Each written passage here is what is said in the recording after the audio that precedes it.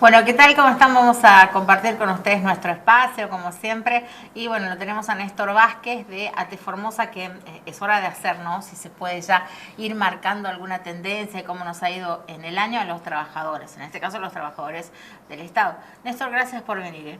No, muy buenos días a todos y todas. Bueno, Néstor, ¿cómo nos fue este año como trabajadores del Estado? Y digamos, complicado, ¿no? Complicado, sí.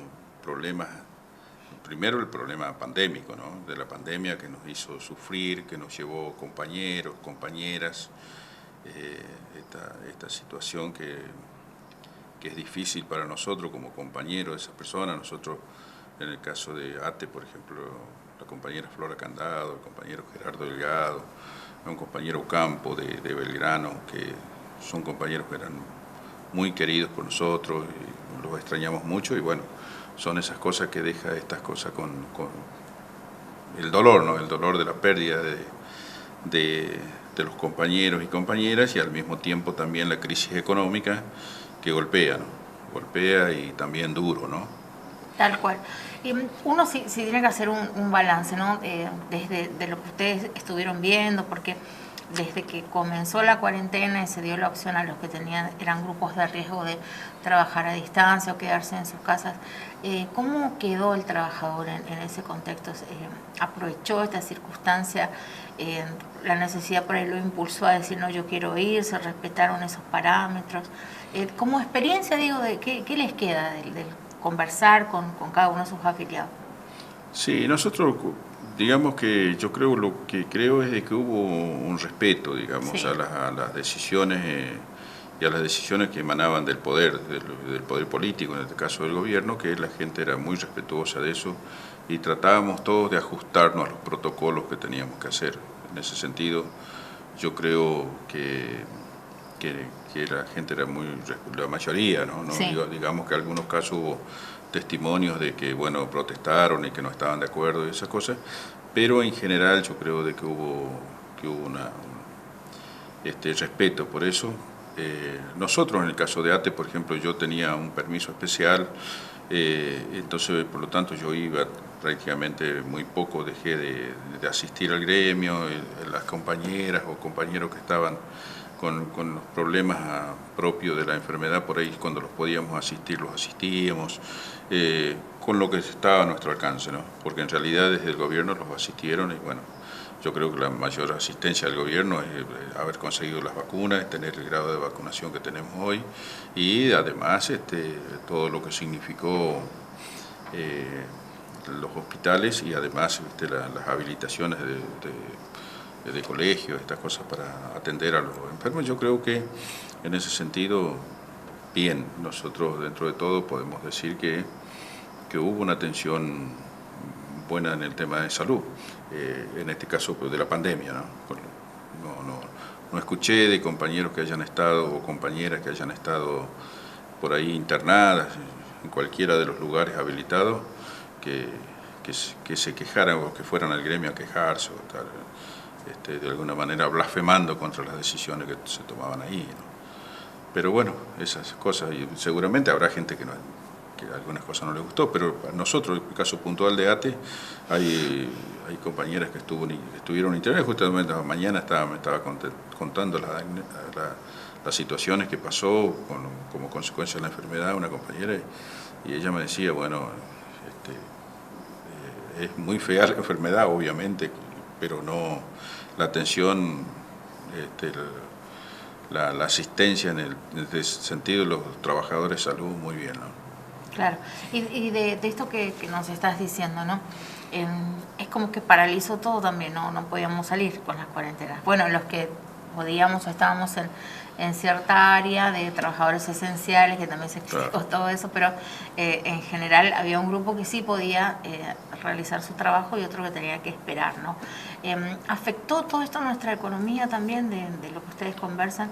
Porque ATE es mucho más que empleados estatales. Sí, sí, yo creo que afecta mucho, afecta obviamente que cuando uno tiene que cerrar un negocio, o si estaba acostumbrado a abrirlo a qué sé yo, a un determinado horario, después lo tiene que cerrar mucho más temprano por una cuestión de exigencia del gobierno, en este caso como consecuencia de la enfermedad, de la pandemia, para cuidar la salud, yo creo que eso resiente la economía, no hay ninguna duda que resiente la economía. Y nosotros, en ese sentido, como sociedad, como argentinos, ya tenemos dos inconvenientes, me parece. Uno, la crisis económica propia que deja la pandemia, y la otra es una crisis que tiene que ver también con un gran endeudamiento que tenemos, los miles de millones de dólares que vinieron al país, o no sé si será que vinieron, pero bueno, que nos estamos endeudados y eso tenemos que pagar. Yo creo que si juntamos esas dos, es un cóctel bastante complicado para el conjunto de la sociedad, ¿no? Porque claro, la crisis pandémica por un lado, de la salud, y además la crisis económica que eso genera, y además tenemos otra vez de vuelta la deuda, y obviamente que se hace muy difícil, ¿no? Tal cual. Y de todo esto, ¿no? Digamos, ¿cómo estamos en la parte económica cuando hablamos de trabajadores estatales? Hay un plafón o mejor dicho, hay una cifra que se llegó a coincidir con, en este caso la patronal, que es el Estado, el gobierno de la provincia, o se fue dando por ahí sin tanto diálogo los aumentos que se dieron? Sin tanto diálogo, los aumentos que se dieron, he visto que hay algunas fotos del gobernador con algunos dirigentes sindicales, que bueno, un 52% de recomposición o de aumento salarial que hubo en el transcurso del año, digamos, y bueno, eso por un lado, pero obviamente por el mismo tiempo, viste, esos aumentos por ahí quedan extremadamente desactualizados con el grado de inflación que tenemos. Nosotros, yo creo que eso quedó totalmente atrás, teniendo en cuenta la inflación que tenemos hoy, ¿no? Yo creo que amerita una mirada del gobierno para empezar a recomponer el ingreso de los trabajadores y las trabajadoras, porque por lo menos en este caso para fin de año nosotros tenemos que convocar a una reunión del Consejo Directivo, de la Mesa Ejecutiva, para discutir a ver el tema de cuánto vamos a pedir. Yo, si hay una cosa que estoy seguro, que vamos a pedir un bono para fin de año. Lo que no puedo decir en este momento cuánto es el monto, porque todavía nosotros no hemos hecho las reuniones para discutirlo con los compañeros y las compañeras. Pero bueno, esa es una situación inflacionaria terrible, que por ahí nos dicen los precios cuidados, pero es muy difícil, es muy difícil. Es como que está el gobierno por un lado y está el poder por el otro, y bueno, es como que el poder real sigue haciendo lo que quiere, y nosotros es como que votamos para que gobiernen los que tienen el poder real, digamos. Yo creo que eso se tiene que modificar. Claro. En nuestro país, en algún día, la ciudadanía tiene que tomar conciencia que todos tenemos que hacer algún aporte de alguna forma para mirar las causas reales de la crisis. Las causas reales de la crisis, cualquiera puede decir, es la corrupción, pero hay una corrupción estructural que inclusive que sobrepasa al gobierno, que está en otro lado. Así que se va a preguntar si se trata de un color político en particular, o ya sobrepasa el tipo de gobierno que tengamos. Yo creo que los sectores dominantes, los sectores que concentran el poder, tienen su gente en los distintos partidos. Y en este sentido yo creo que una de las pruebas más acabadas que tenemos en el caso del peronismo fue lo que hizo el presidente Carlos Menem.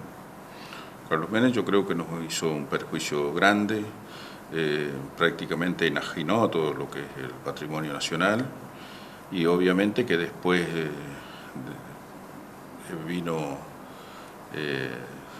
el presidente Macri, que yo creo que con estas actitudes de endeudamiento, de vaciamiento del país, yo creo que es como que le pone el moñito ya para que sigan sufriendo las grandes mayorías, porque yo creo que esa plata que se fuga, que se va afuera, esos millones de dólares que debe Vicentín, esos millones de dólares que nos endeudamos y que están, según lo que dicen los economistas, en paraísos fiscales, esos dineros, esos recursos son los que faltan en el estómago del 40% de pobres, los niños que están con hambre, desnutridos, y eso lo hacen, en este caso, ciudadanos argentinos, que tienen sus plata en paraísos fiscales, o que de distintas formas concentran la riqueza en detrimento de todos aquellos que sufren demasiado, ¿no?, como consecuencia de eso.